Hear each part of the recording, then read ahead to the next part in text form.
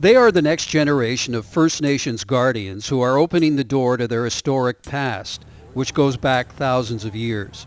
The answers are underground and all around them.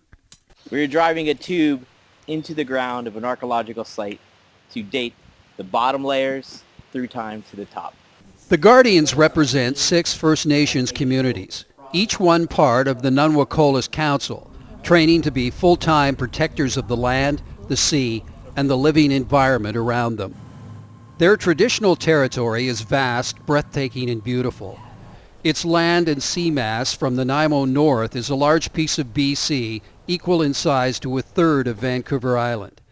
There are just 20 Guardians here, and First Nations leaders believe their increased stewardship is critical. Our goals for the Guardian program are to make sure that each of our communities have that boots on the ground presence in their territories. For far too long, we've depended on other levels of government to provide the oversight in our territories, and it's really left us in a position of disrepair. Indigenous Guardians in BC have watched over the lands for thousands of years, but the challenges of a sustainable future are different today. Old-growth forests are in decline, along with dwindling fish and wildlife resources, and the future with climate change is uncertain. The big picture is to change the way we do business. We're seeing the destruction of all our ecosystems. We can collect information and data in our territory to essentially fill in the gaps of how to preserve it. Yeah, for yourselves, the rescue center, the Dumas has just located an individual on the shoreline. They're going to go investigate. Indigenous responders are a really vital part of Canada's SAR system. Their training includes search and rescue exercises with the Coast Guard officers, who know the Guardians live all along the coast, have an inherent knowledge of their surroundings, and are often first responders in emergencies, saving lives. Queen of the North reporting aground and listing badly, taking on water.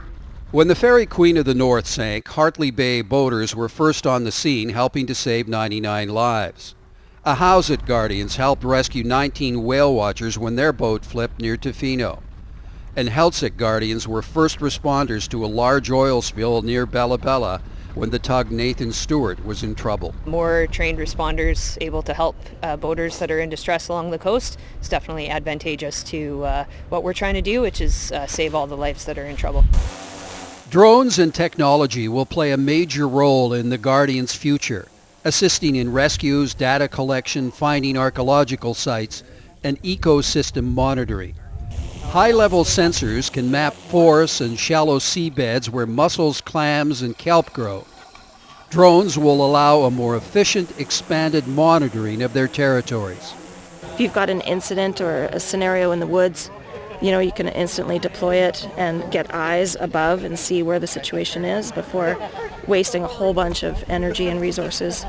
Moving forward, the plan is to grow the Guardian program within the 6 nations, doubling the current force to 40 permanent paid jobs. The Nwak olas Council is seeking financial help from governments, corporations, philanthropists, and the public. We figure if we can put $30 million in an endowment, this will keep this program going forever. Young people here believe an expanded Guardian program will give them purpose within their communities.